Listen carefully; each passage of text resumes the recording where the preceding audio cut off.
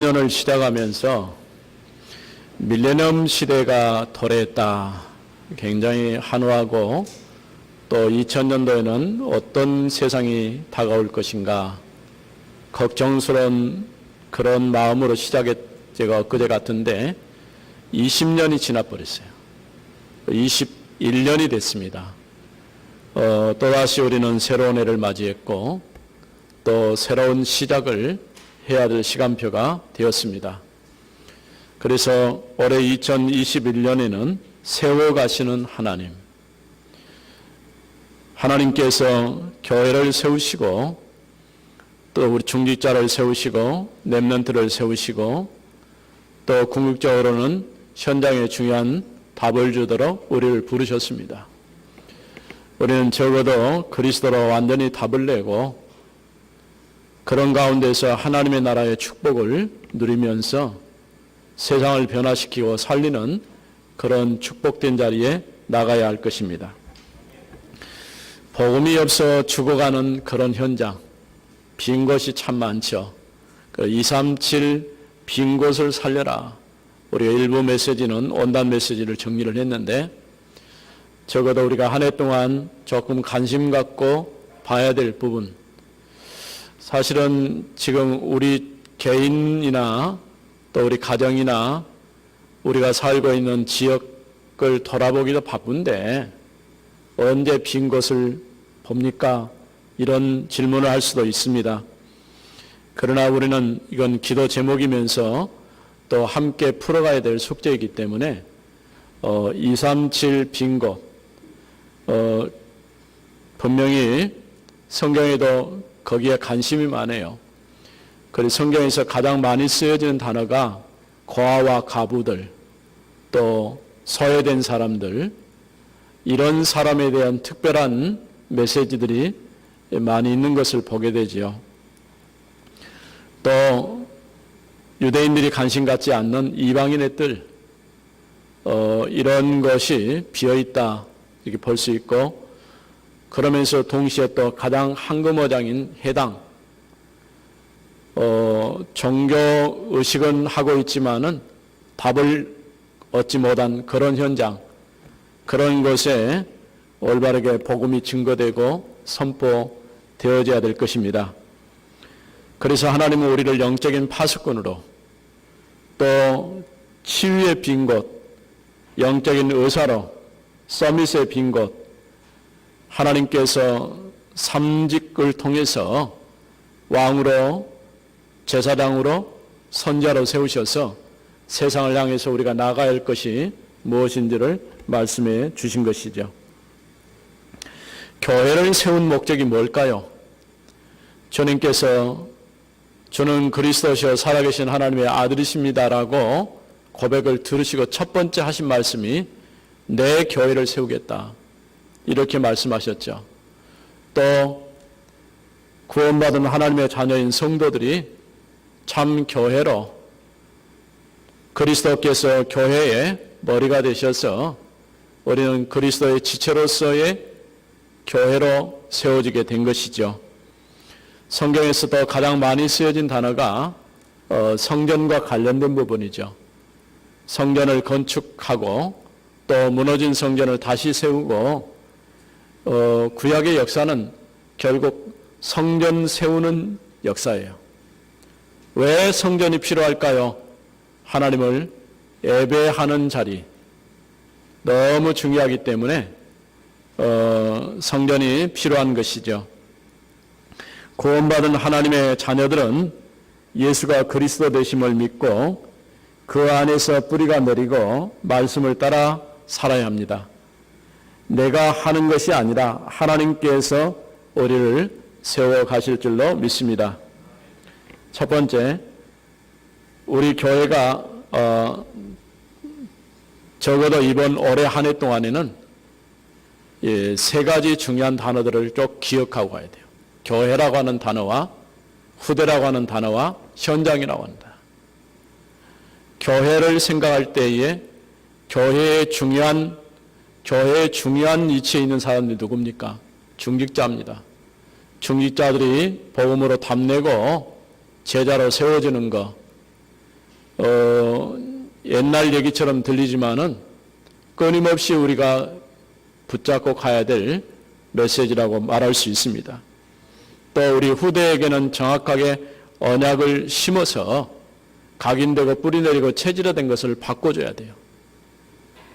그렇지 않고는 절대 세상을 바꿀 수가 없고, 또 현장은 복음 없이 죽어가고 있기 때문에 현장에 적어도 복음 가지고 답을 줄 수 있는, 그래서 현장 제자로, 또 우리 렘넌트들은 렘넌트 제자로, 교회에서는 우리 중직자들은 중직자 제자로 세워지는 그런 축복을 누릴 수 있기를 바랍니다. 복음만 전하는 교회. 사도행전 1장 1절 말씀에서 누가가 데오빌로에게 편지를 쓰면서 그리스도에 관한 말씀을 증거했죠. 적어도 그리스도로 완전히 답을 내야 돼요. 다른 것으로는 절대 답을 낼 수가 없어요. 어떤 것도 우리 문제의 해답이 될 수가 없어요. 이정표가 될 수가 없는 것이죠. 적어도 우리는 그리스도로 답을 내는데, 다른 말로 하면 복음으로 답을 내야 돼요. 더 이상 얘기할 필요가 없을 정도로 복음이 아니면은 절대 어떤 것도 해결할 수 없다. 그러니까 이게 안 되면 우리가 뭔가 다른 걸 자꾸 따라가야 돼요. 지금 오늘날 교회들이 여러 가지 지금 좋지 않은 환경 속에 있다 보니까 급격하게 교회가 지금 무너지고 있어요. 계속해서 우리가 비대면 예배, 실제로 사실상 교회가, 국가가 교회 예배를 이제 드리지 못하도록 이렇게 행정처분한 때는 어쩌면 일제시대 때 말고는 이런 일이 없어요. 그런데 이유야 분명하죠. 여러 가지 이제 전염병이 더 이상 확산되지 않도록 하기 위해서 이렇게 한 것인데, 사실상 우리 개인으로 본다고 한다면은 굉장히 영적으로 마이너스 됐어요. 손해가 많은 것이죠. 왜냐하면 우리가 영상 예배로 드리지만은 일단은 뭐가 안 되냐? 집중이 안 돼요.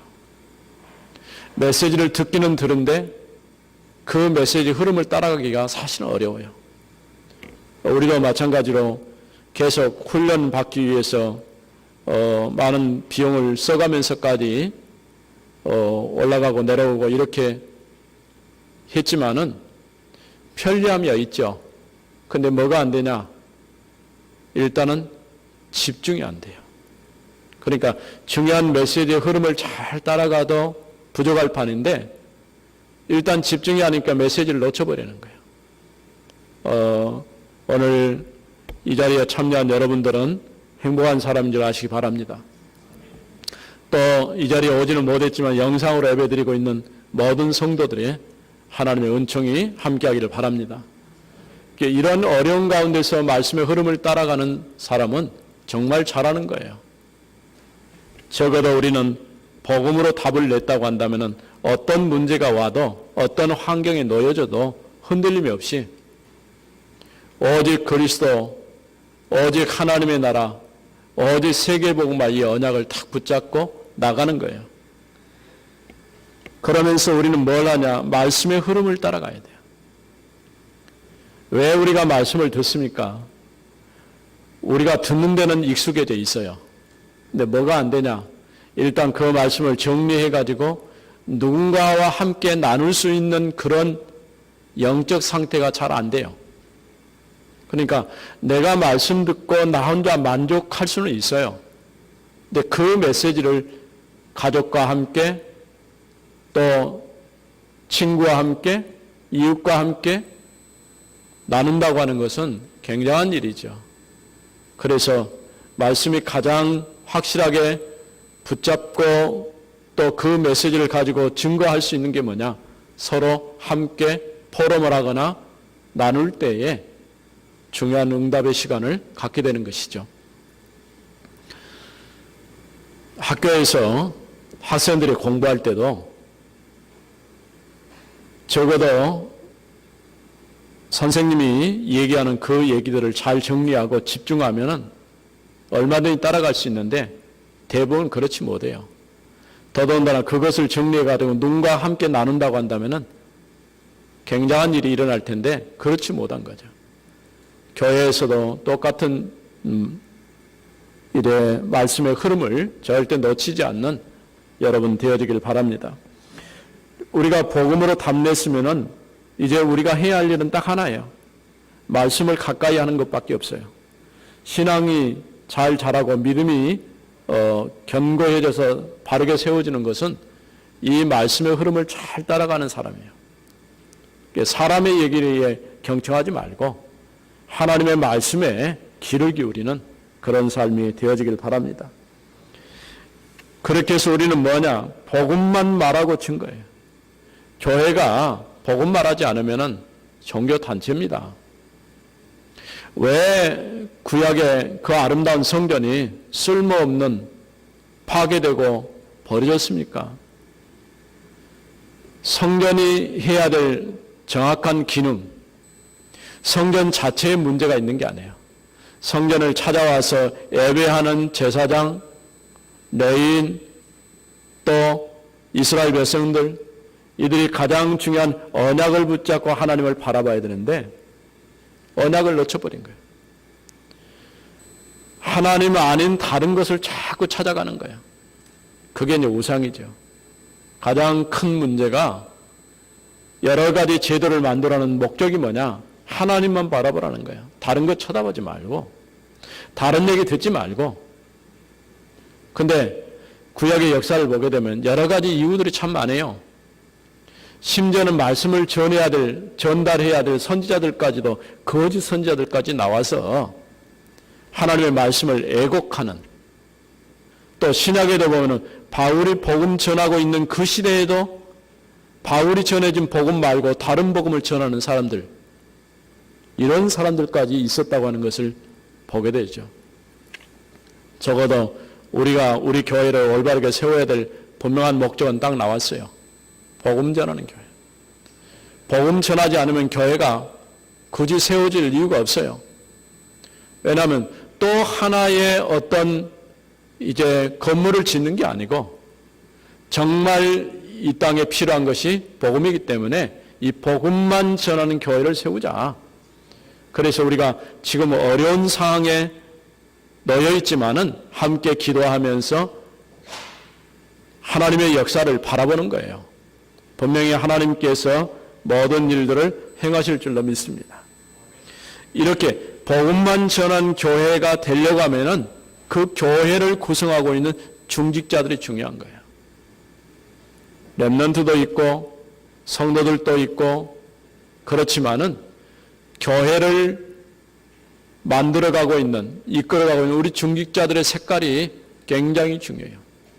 데살로니가 교회가 소아시아, 마게도냐, 아가야에서 칭찬받는 교회가 될 수 있었던 것은 믿음의 역사와 사랑의 수고와 소망의 인내를 가지고 큰 능력으로 말씀을 붙잡고 살았기 때문에 하나님 앞에서 인정받는 교회로 세워지게 된 것이죠. 우리 교회가 정말 복음 전하는 교회로 설 수 있도록 중직자 자신이 참 제자로 세워줄 수 있길 바랍니다. 교회에서 중직자나 렘넌트가 답을 얻고 힘을 얻어야 돼요. 이게 교회가 세워야 될 참된 목적이라 할 수 있는 것이죠. 두 번째, 후대에게 언약을 전달하는 교회. 어느 교회나 마찬가지겠습니다만은 우리는 특별히 우리 후대에게 말씀을 심으려고 아침 일찍 나와가지고 이렇게 계속 준비하고 있는데 그럼에도 불구하고 뭔가 지금 부족해요. 아이들에게 정확한 말씀이 심겨지면 어떤 환경 문제에도 흔들리지 않을 텐데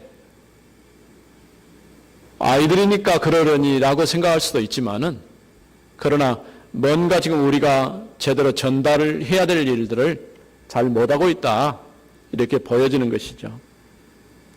적어도 우리 아이들이 이제 하나님의 나라의 축복을 누리면서 살도록 만들어줘야 돼요. 렘넌트 제자가 될 수 있도록 어릴 때부터 말씀으로 각인 뿌리 체질화시키는 작업을 해야 돼요. 언약의 말씀으로 각인이 되어져야 돼요. 우리가 첫 번째 말한 것처럼 그리스도라고 하는 이 말이 무슨 말인지, 왜 예수를 그리스도라고 말하는지, 왜 그리스도로 답을 내야 되는지 어릴 때 조금 아이들 속에 이게 들어가야 돼요. 그냥 애워진 게 아니라 아예 각인되도록 만들어야 돼요. 그렇지 않고는 절대 바꿀 수가 없어요. 사람이 변합니까? 자기 성품대로 살아요. 절대 바뀔 수가 없어요. 근데 딱 바뀔 수 있는 방법은 하나 있어요. 그게 뭐냐? 복음으로 완전히 답내면 그리스도 안에서 우리 삶이 바뀌어지는 거예요. 여기서 우리 가치를 찾게 되고 우리가 삶의 목표도 찾게 되는 거예요.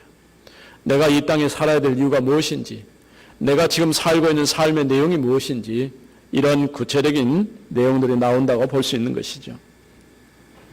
이렇게 말씀으로 각인시켜야 돼요.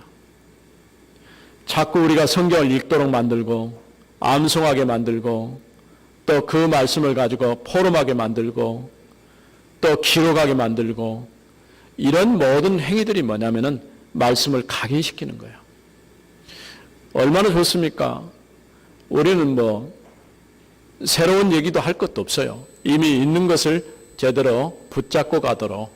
그래서 적어도 아이들이 이 말이 이런 말이었구나, 본인이 자기 고백이 되도록. 야곱이 아버지하고 있을 때는 느끼지 못했어요. 근데 아버지를 떠나서 밧단 아람을 향해서 가다가 베델이라는 곳에서, 그 루스라고 하는, 루스고 베델이라는 곳에서 돌을 베개하고 자다가 그날 저녁에 깨달았어요. 하나님이 나와 함께 계시는 하나님이시구나, 이걸 깨달은 거예요. 이게 굉장히 중요합니다. 왜냐하면 늘 듣고 늘 배웠으나 아버지와 함께 계신 하나님인 줄 알았지 자기와 함께 계신 하나님인 줄은 몰랐다고 말해요. 우리 아이들이 예수가 그리스도라는 이 말이 바로 이런 뜻이었구나.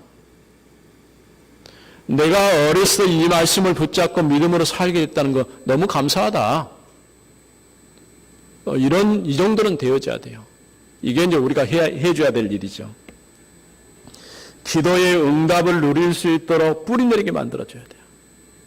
말씀이 제대로 각인되고 뿌리 내려지면 연결되는 게 자연스럽게 기도로 연결되어지는 거예요. 기도하라, 기도하자. 이게 참 어려워요. 공부해가지고 배우는 것도 아니야. 그런데 한 번만 제대로 체험하면 자연스럽게 되게 돼 있어요. 기도한다고 하는 것, 하나님이 성령으로 나와 함께 계셔서 역사하심을 제대로 체험하면 되는 거예요. 이게 그래서 말씀으로 각인시키고 기도에 응답받도록 만들어주면 자연스럽게 하지 말아도 할 일이 있어요. 그게 뭡니까? 전도의 축복을 자기 것으로 만들 수 있도록 만들어줘야 돼요. 전도는 축복이에요. 왜 우리가 전도해야 됩니까? 지금 할 수 없을 수도 있어요. 어리기 때문에. 그런데 궁극적으로 내가 이 땅에 살아야 될 이유가 여기에 있다. 이 답이 나와야 돼요. 하나님께서 나에게 오늘을 살게 하시고 또 한 해를 시작게 하신 이유가 바로 여기에 있구나.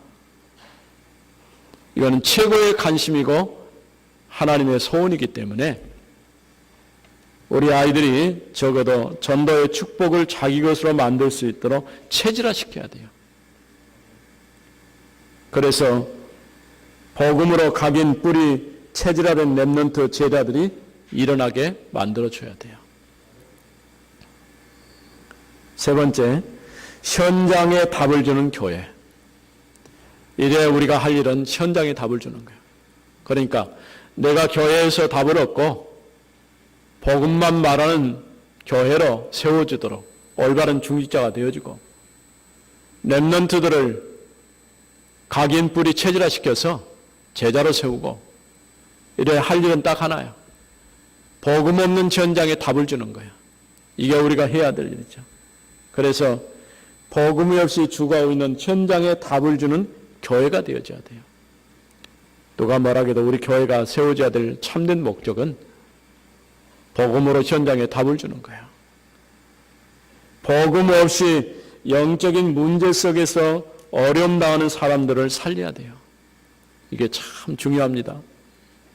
사람들이 겉으로 볼 때는 별 문제 없는 것처럼 보여져요. 그런데 조금 깊이 들어가 보면은 자신이 고민이라고 말하지만은 사실은 알고 보면은 심각한 영적인 문제, 이런 문제로 시달리고 어려움 당하는 것을 보게 되죠. 요즘 갈수록 늘어나는 것이 정신질환, 또 큰 사고를 내거나 어떤 사건을 만드는 사람들이 그냥 만드는 게 아니에요. 뭔가 지금 다른 것에 잡혀 있어요. 이런 사람들에게 복음을 조금 설명해 줘야 돼요.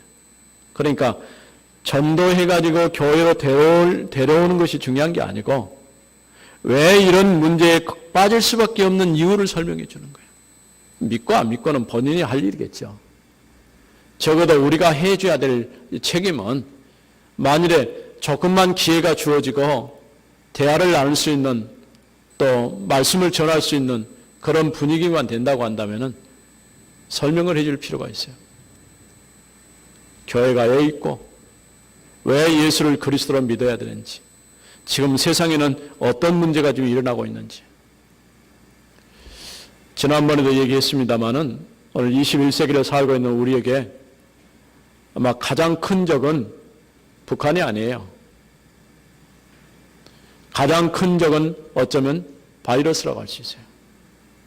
이 얘기를 오래전부터 문제 제기한 분들이 있더라고요. 그러니까 바이러스 때문에 사람들이 굉장히 어려워질 것이다. 그런데 지금 그게 현실화됐잖아요. 모든 세계가 다 지금 월스톱 돼가지고 각각 나라마다 상황이 조금 틀리기는 합니다만은 심각해요. 그래서 많은 사람들이 희생이 되고 또 확진이 돼서 어려움 당하고 더더군다나 교회까지도 심각한 피해를 주고 있는 이런 상황이 된 거죠. 개인은 말할 것도 없고 또 그러다 보니까 가정도 어려워지고 또 우리 경제도 어려워지고 우리 산업 현장에도 굉장히 지금 산업 활동이 제대로 안 될 만큼 이런 위기 상황에 지금 처해 있어요. 그래서 우리는 빨리 이 재앙이 끝나도록 기도해야 돼요. 백신 가지고 모든 문제를 끝낼 것처럼 기다리고 있는데 하나님이 끝내셔야 돼요. 과거에도 그랬고 지금도 그러고 역사를 보게 되면 이런 때들이 여러 번 있었어요. 그러나 지금처럼 사람들이 전 세계를 오고 가고 그러지는 않았기 때문에 많이 확산이 안 됐을 뿐이고 또 언론에 노출이 안 돼서 잘 몰랐을 뿐이죠. 그러나 분명히 이거는 개인의 문제를 떠나서 세계 문제가 돼버린 거예요. 우리는 보이지 않는 이런 바이러스와 지금 싸움을 하고 있는 거예요.